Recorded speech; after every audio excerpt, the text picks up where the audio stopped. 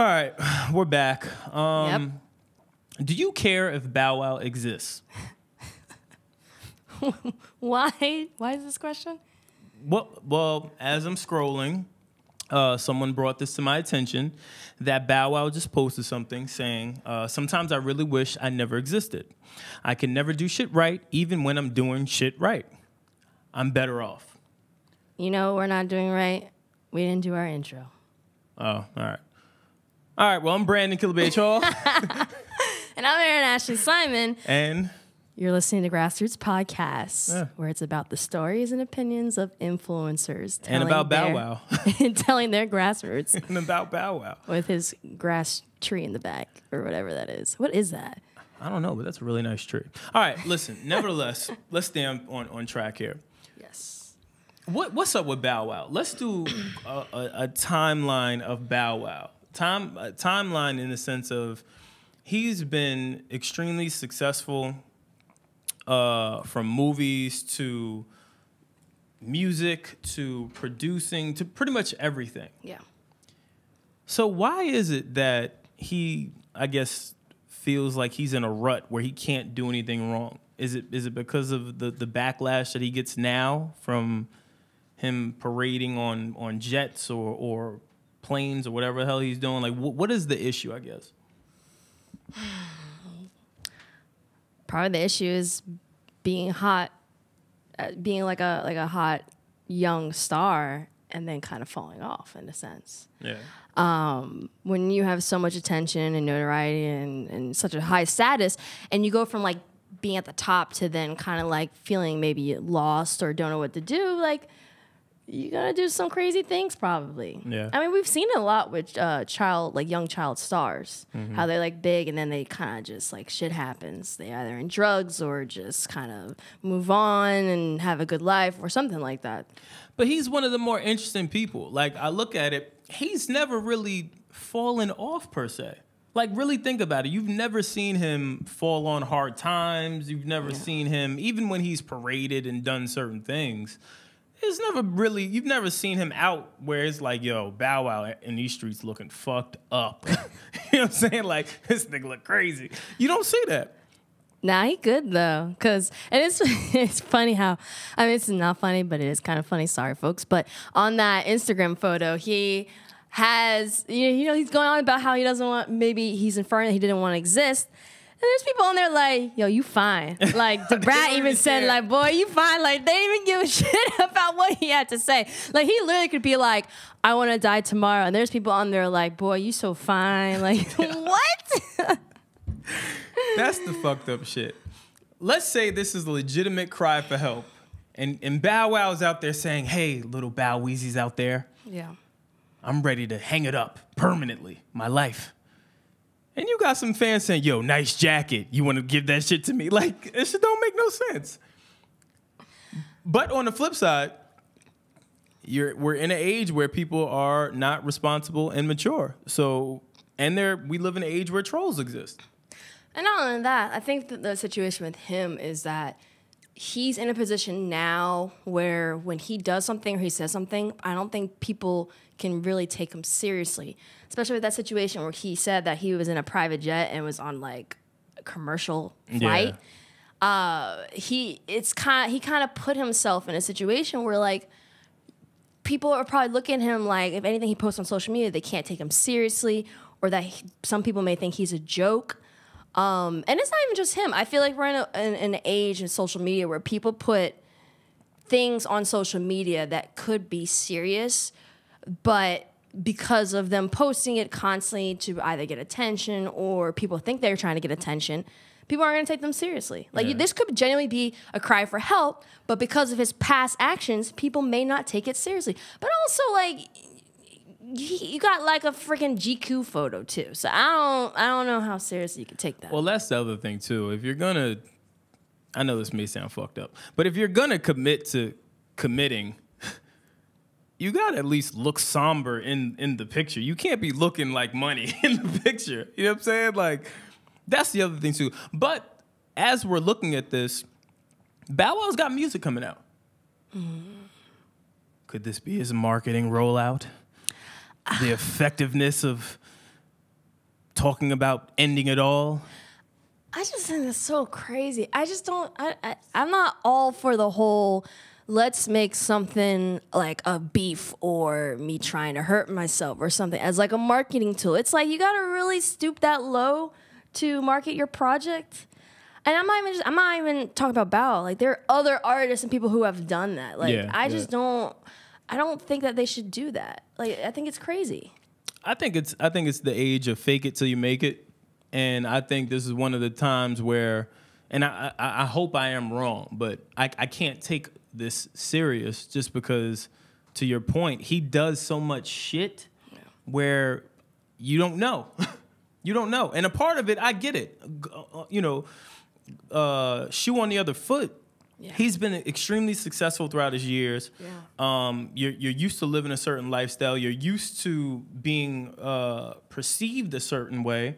And you want to keep up. You're in the entertainment business. You're in the music business, and that's the cloth that he's kind of cut from, where you're constantly having to boast and brag. That whole rapper shit. You know what I'm saying? Yeah. So he's from that cloth. I get it, but you know, I don't want Bow Wow to hang it up permanently, meaning his life. So if this is serious, I hope that he's all right. But it's also open-ended. I mean, he could say, I'm better off being rich, or I'm better off. Well, that was the other thing, too. I feel like, to your point, anyone that puts I'm better off and then has the time to put ... like fam. Not 3 dots, like 6 dots. Not, yeah. There's mad dots there. You contemplated on making this illusion intriguing. Like, I'm off that. But do you feel okay? I think this kind of goes back to when we talked about how positivity was, quote unquote, from Wilson's term, is weaponized. I feel like certain times within entertainment, mental health is utilized as a marketing tool in a negative way. Definitely. I feel like if we're going to have conversations about mental health, it should be something that's addressed, looked at, or presented in a specific manner, because it's a sensitive subject. Because anyone can be dealing with mental health issues. Rich people, poor people, successful people, unsuccessful people, anyone can. But I just think that there have been so many situations where people have utilized it or shown it in a way that could be negatively portrayed. And it kind of goes back to, like, you know, if everyone cries wolf, how do we know when someone's actually telling the truth? Yeah, I agree. You know? So I don't know, man. Prayers up for Bow Weezy. That's all I can say. Just don't get jumped again. Yeah. Oh, God. That was bad. He apparently said he didn't, but I don't know. I'm just saying there's a lot going on between you having 6 people around you and you getting snuffed. Then this post, it's a lot. So I don't know, but prayers up for Bow Weezy. I hope he doesn't hang it up. Speaking of hanging it up, sad day for hip hop again, ladies and gentlemen. Young Jeezy has announced his retirement. Oh, man. And I quote, "As the cold summer tour comes to an end, it was inspiring seeing my day one fans since my first album, Class TM 101, come out every night. Now class is coming to an end. It's time for graduation." I.e. Kanye graduate. All right, never mind. "My last album and final class, TM 104. Trust your process." I know a lot of people are upset about this. I like Jeezy. I'm not a hive though. What hive does he have? Is it like Snowman or? Well, that was the t-shirts. Yeah, people used to get in trouble for those t-shirts too. Yeah. Those t-shirts were fire. So I was trolling Ice the other day on Twitter about this. He was really upset about this. Obviously, if you don't know, Ice is the biggest fucking Jeezy fan ever. Like, and troller. And troller. But the one person he doesn't troll is Jeezy. Like, he's a big Jeezy fan. So, of course, I had to poke fun at this and send this article to him because he was retired. But what does this mean for hip-hop? Like, Jeezy has always been one of those people, especially in recent interviews with, like, fucking Everyday Struggle, where he talked about never wanting to be a rapper. Like, he just was doing it. He was trying to just show people that it can be done, but he never proclaimed to be a rapper. So what does this mean now? Well, I mean, I guess my question is like, you know, the whole concept where they say like rappers never really retire. If he's not a rapper, doesn't look at himself as a rapper, then does that mean that he himself is actually going to retire? Like, do you feel like he's actually going to retire? What do you mean, like from entertainment? We've seen situations where Jay-Z said he's retiring from music and then he's came back. Yeah, but I never being involved. But do you feel like he actually means like he's done with music? He is the one person I do believe though that is done with music on a front-facing aspect. I could definitely see him on the back end doing things. Yeah. You know what I'm saying? Like orchestrating music and finding new talent, things like that. I could see him doing that. But when this tweet came out, I you know how normally when that shit comes out, like when you see like Jay-Z or somebody tweet, you be like, all right, whatever, nigga. Like I ain't paying that shit no mind. As soon as I read the tweet, I believed it. Mm-hmm. Not knowing him personally or not knowing anything, just how he carries himself and how he maneuvers and speaks about music and having bigger aspirations outside of music. Yeah. This is on time. You know what I'm saying? So I wasn't really surprised. I believe it. It's sad because he's such a big artist. Yeah. But that's the other thing. Can we really classify him now in this day and age as being a big artist? Because yes, he has a big cult following. But yeah. do we put him up there with the upper echelon, top tier artists of today? I would more so put him along the artists with high longevity. Mm-hmm. I think now we're in a period of time with music where like being a big artist does not mean that your career is going to last. Yeah. There are previous artists that were big who no one's talking about anymore. Mm-hmm. So I think he's definitely somewhere up there in terms of like artist longevity. And honestly, that is more important to be known for that than to be known as like quote unquote the big artist. And when I'm saying like big as in like just big artists without longevity. There are artists who are big and have longevity. Yeah. Like Jay-Z, like Beyonce, you know, like Rihanna. But you know, he's somewhere out there who should be proud that he's able to stick around for as long as he has and still be relevant. Yeah, and still be relevant. Like, his following is crazy. Do we deem him to be a legacy act?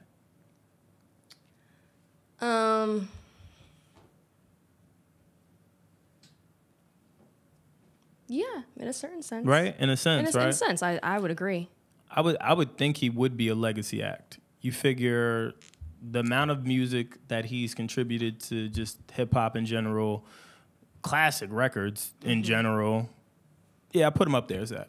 Put him up there as that. It's all about impact. It's about, you know, what did they give to music? What did they give to the culture? And is it still identifiable? Yeah. Is it still impactful?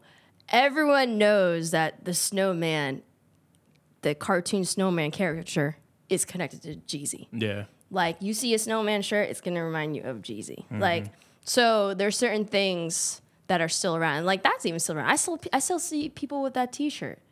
Kids are still getting in trouble in high school for wearing that T-shirt. For real. So I think he's definitely up there because the impact that he's had as an artist. Salute to Jeezy, man. Salute. I wish him well. I'm curious to see what he's going to be doing, though.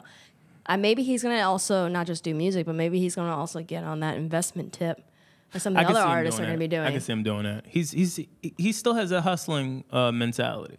You know what I'm saying? Like, the way he does business, the way he talks about business and bringing forth a different level of maturity to younger people. I get that. What do you think he's going to invest in? Snowman? No. like shovels? Yeah, like shovels. He could. They could. Yeah. You know what? They need to figure out tools that people in the South can use because when it snows down in Atlanta, it seems like everyone loses their mind. Yeah, they do. The sign of snow coming, they all freak out. All of my friends that live down south, it's snowing. The county is shut down. It's a state of emergency, and they got like an inch of some bullshit. Meanwhile, we get like feet and all this. Yeah, crazy. 15. And schools and jobs aren't even closed. Yeah, like, it's fucking ridiculous. But speaking of just maturity and shit like that, Tekashi 6ix9ine stopped by Breakfast Club. We're gonna skim over this. It's a little interesting. But it was very interesting. So just to give you guys a brief overview, so he stopped up there and talked a lot about his beef with the game, a lot of the issues that he's had with different rappers, things of that nature.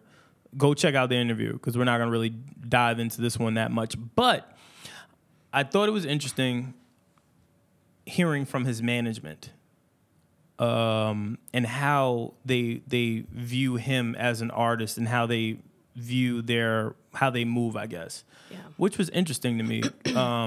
His manager seemed to articulate himself very, very well and had a good grasp of the climate, but he didn't really waver on, I guess, the dangers or possible dangers that Tekashi could be running into between different artists and people, wanting to put hands and feet on him. So, I mean, I don't know. This is a sticky situation. I've never heard anything about this kid. Like we were discussing earlier on, I don't really know much about him. He's 21 years old, and his first interview I've ever seen with him, you can definitely tell that he's young, even without knowing his age, and you can definitely see where he's got some growing to do. He's got a little bit of a chip on his shoulder.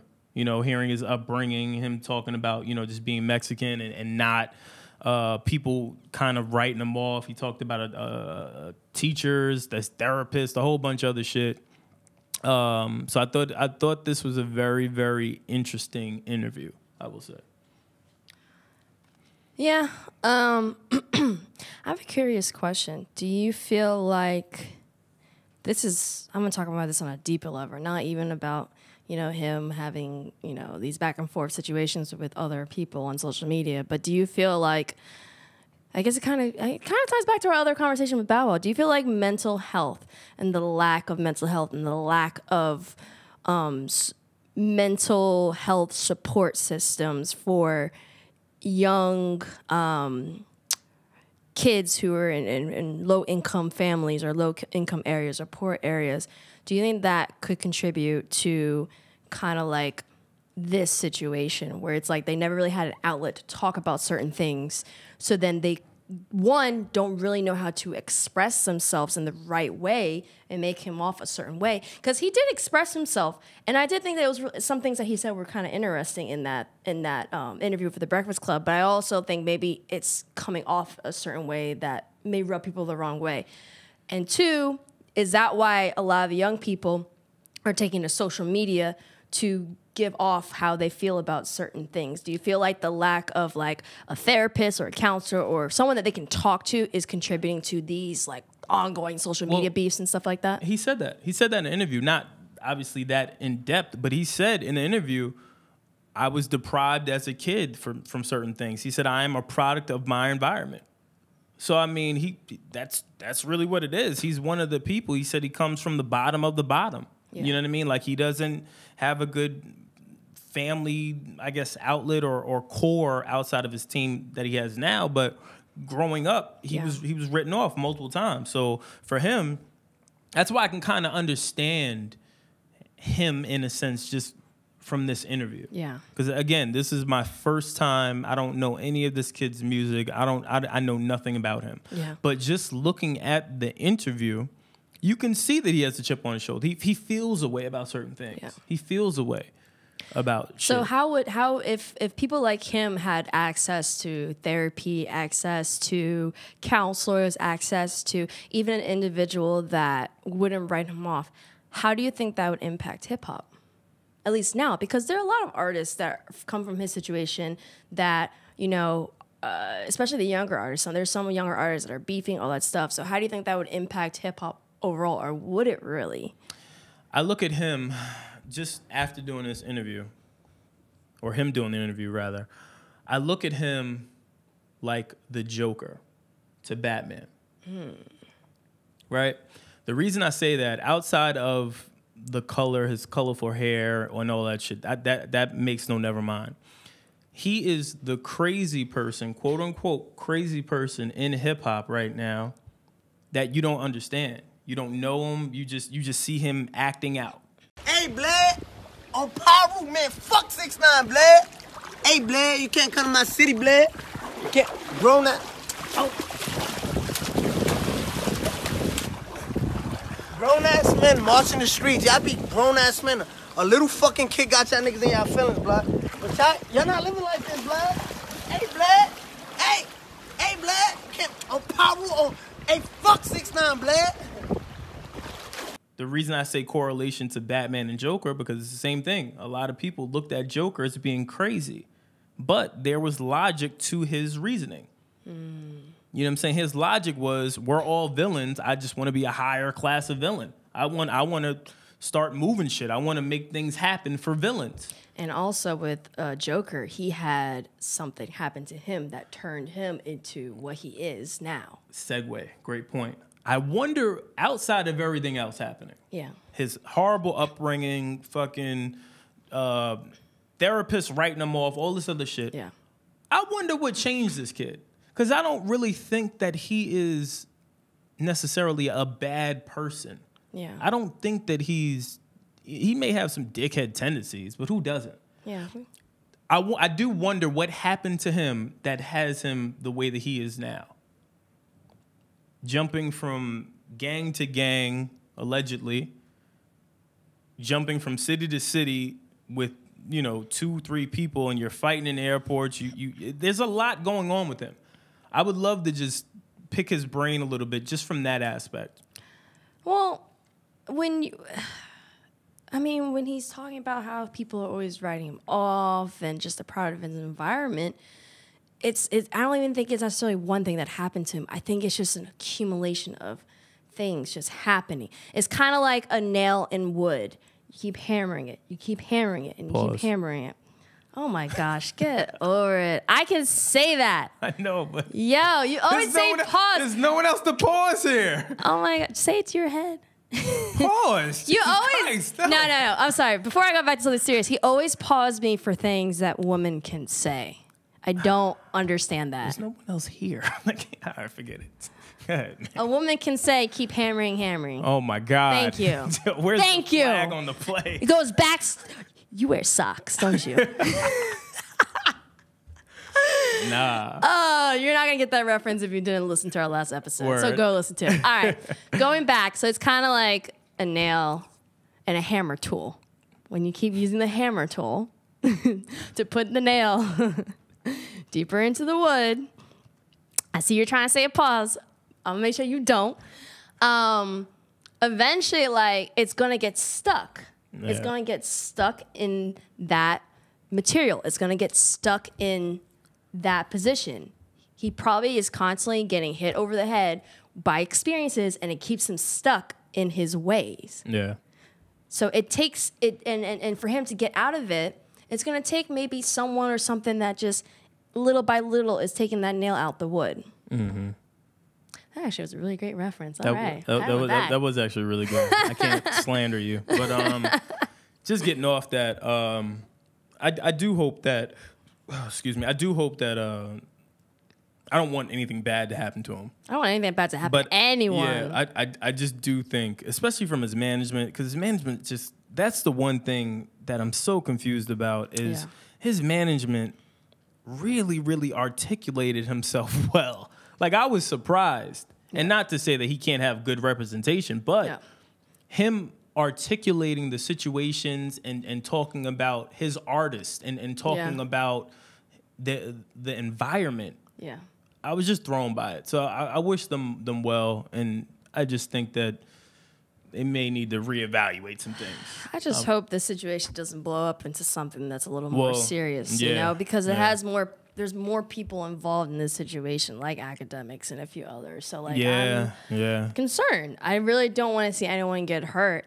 Well, that was the other thing, too, is the mention of academics in the interview.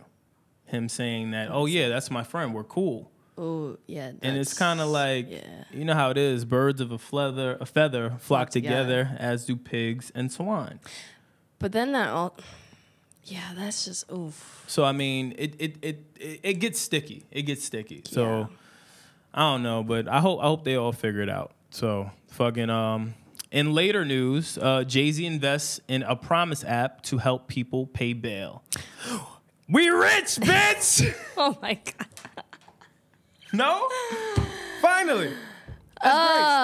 Well, yeah, the whole bail system is fucked up. I mean, there's a lot of systems that are fucked up. The pharmaceutical company system, insurance, bail, all messed up. But the one thing that I really thought that's interesting, not only about this, but also about just in general with Jay-Z and apps, is that Jay-Z is not only investing in a nonprofit that's going to help do bail reform, but he's also apparently going to be linking up with Puff to do an app that is showcasing and integrating black businesses into the app. Oh, shit, what? Yeah, it's pretty cool. I think that's something that's needed. However, there are people that are upset about that.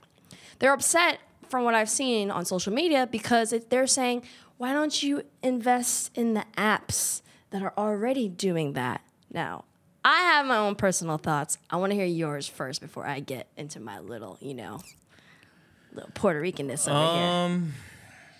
I don't know. I mean, in my brain, I think the more the merrier. If there are apps out there now that are not performing up to par, why would I want to invest in them when I have the resources and the funding to go make my own and do it right? Like just because, like I'm all for supporting black businesses, obviously, given my ethnicity, but just because it's a black business doesn't mean it's a good business. You know what I'm saying? Like I don't have to do that. If it doesn't make business sense for me as a businessman, as a mogul, I don't have to do that. I can go make my own and make it better. It's still contributing to the overall goal of having black-owned businesses. So I don't get the slander. Yeah, and I also think that this one situation, I think what's happening also is that when people are looking at situations, they're looking at it as like isolated situations, not like that he just invested in a nonprofit that is going to help bail reform because the bail system's messed up. Basically, if you're poor, you go to jail. Like, if you don't have the money to get them out, you're going to stay there until trial. They're not looking at the fact that Duce is sponsoring Henny Palooza, or Duce Palooza now. And that was a business that was started by black men. Black men. So I think, like, we can't keep picking and choosing what we want to get mad at. We got to have to look at it collectively. What is he doing collectively? And like what you were saying, if their other apps aren't good, why would you invest? You have to think, black business or not, if someone who is an investor is going to look at a company, if it's not structured right, why am I going to invest? I'm not going to invest because you're a black person. That just does not make any sense. It's deeper than that. While the issue is black people, and I get that. Yeah. I get it. Oh, of course. Totally get it. But from a business sense. But yeah, business is business. I'm not investing in some trash shit that's not going to be profitable. It doesn't make sense. And if you look at it, if they're making an app that's better, that's going to have a bigger directory for black businesses, better functionalities and user interfaces, is you can get it on so many different platforms and it's going to be promoted more because it's Puff and Jay. That's going to bring more awareness to your black business at the end of the day. And, for me, like, and also, there's nothing wrong with competition. Having competition does not mean that you are giving up on black business or black people. That's not what it is. Fine-tuning. It's okay to have competition, And this is an area that needs to be improved. There's going to be someone who's going to be at the top. Or if it's not Jay, if it's someone else, are you going to be mad about that? If someone else had an app and it was excelling? I just think that we got to look at it in a bigger picture and look at it as a big win because ultimately, like, this app, and if it's done really well, it's going to bring attention to all the black businesses that are in that app or associated with that app. So then everyone wins and everyone eats. So I don't know. I just think with what Jay has been doing a lot, I can't, like, I don't know why people are getting mad. Now, my question is, do you think they're getting mad because of Jay's involvement or Puff's involvement? That's a good question, right? That's a good question. Yeah. Because I personally, like I showed, Jay's doing his bail reform and he's doing the Trayvon Martin docuseries to bring light to a situation that people are not tweeting about anymore. Like, this is the start of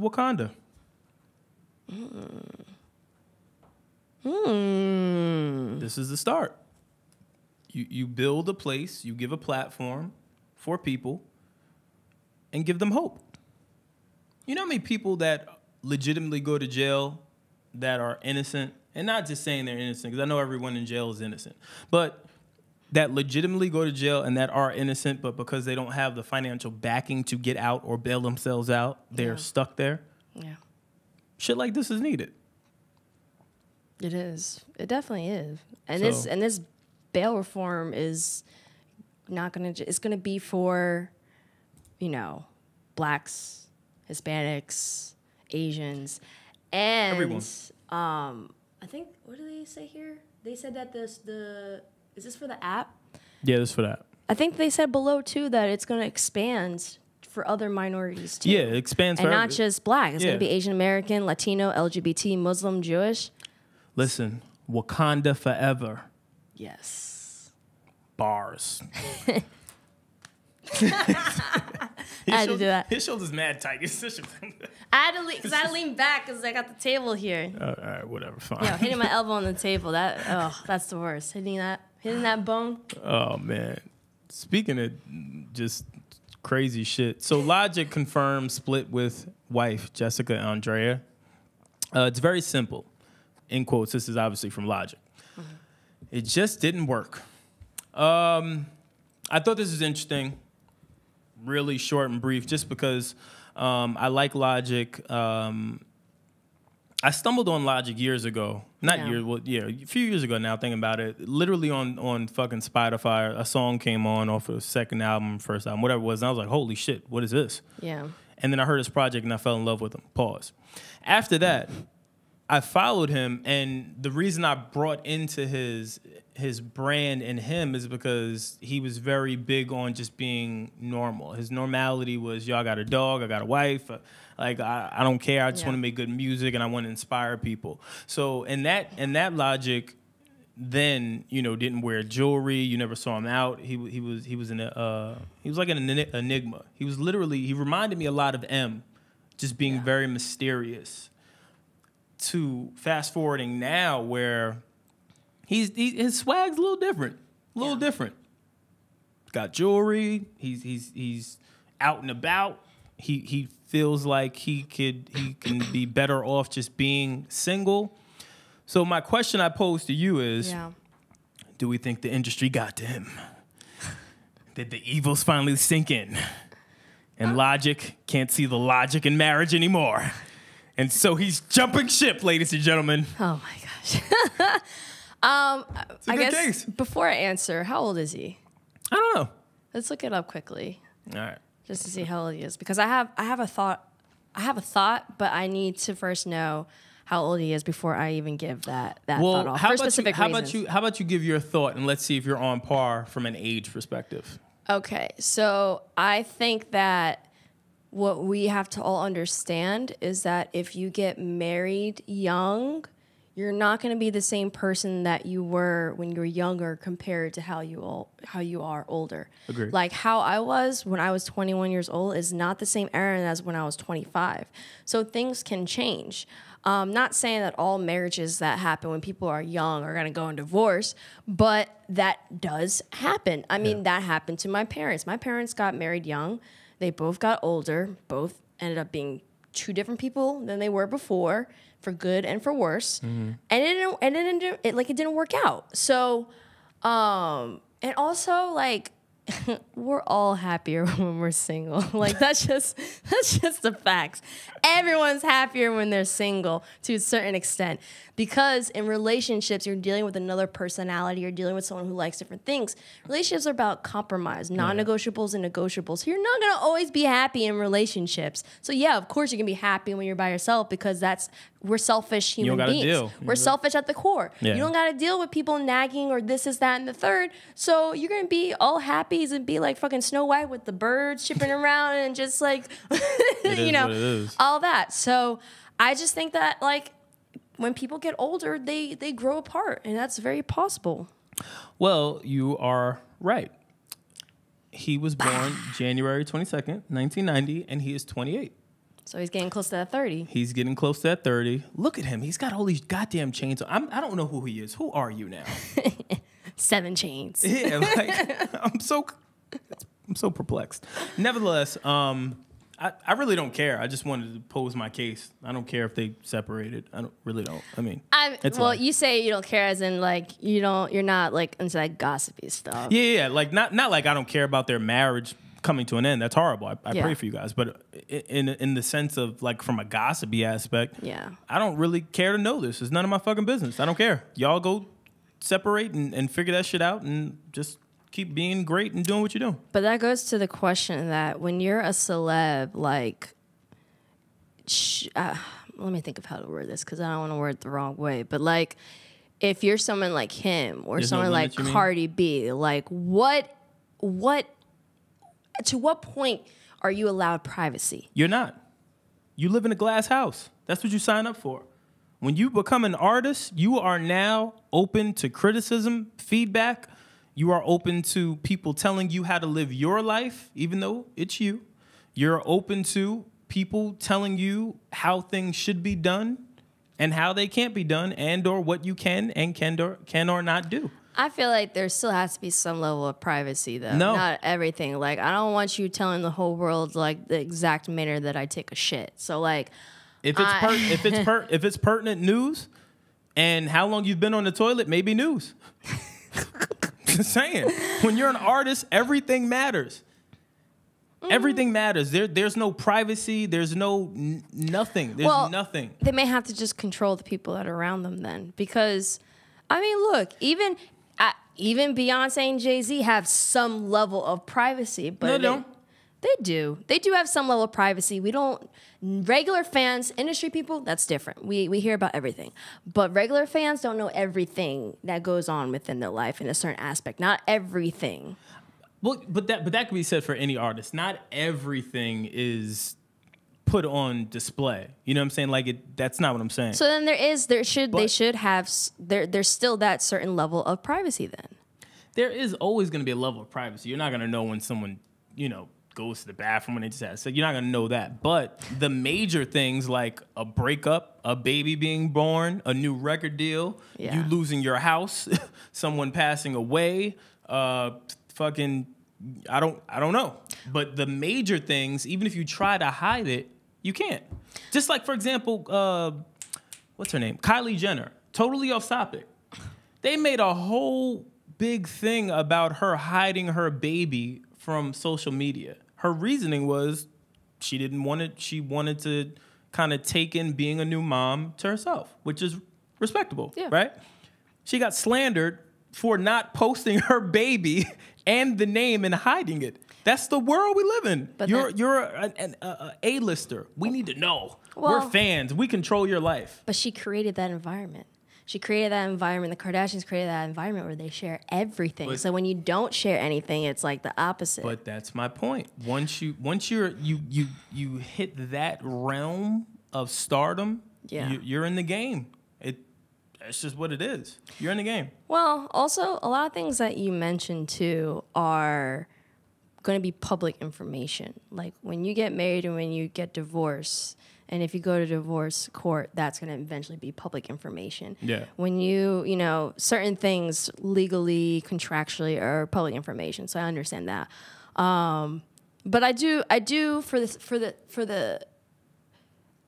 still believe that people of that caliber should still have some sort of privacy. And I'm not saying like a whole lot, because like you said, they signed up for certain things. But at the end of the day, they're all human beings. They all need to be left alone sometimes. And that's just how it is. That's kind of like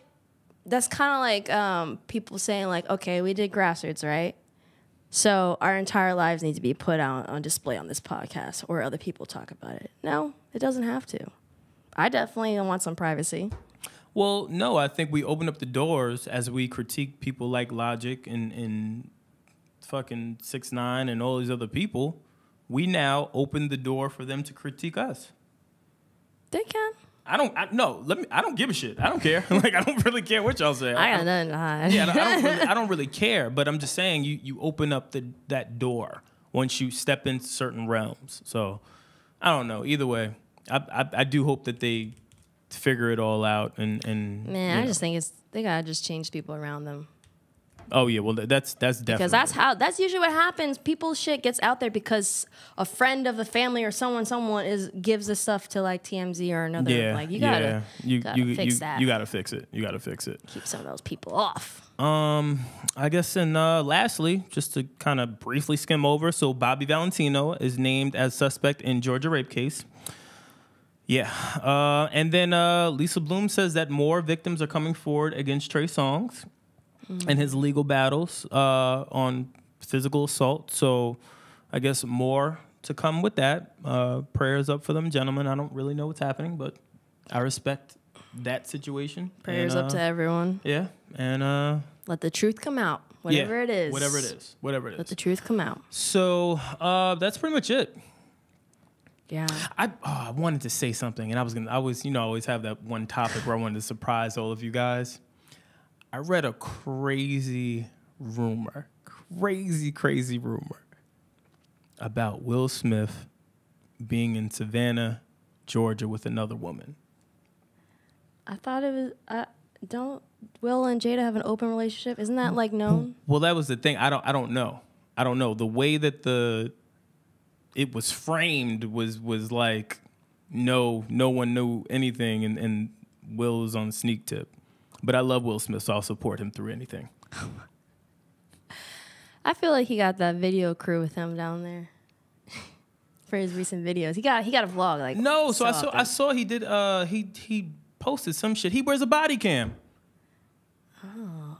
Which is fire. He wears a body cam around his waist with it's a GoPro that he uses or whatever camera he's using. I think it's a GoPro. He said. Mm-hmm. And he wears a body cam. That's how he's doing all this amazing shit. Yeah. We got to get body cams. I'm gonna opt out with that. I'm gonna opt out on that one. All right, ladies and gentlemen, this is the last episode of Grassroots Podcast. Oh my gosh. Nah. But like I said before, I mean, you kind of touched on it. Whatever people do in their personal lives, that's in their personal life. Yeah. If he's having fun, whatever. It's not hurting me. It's not affecting me.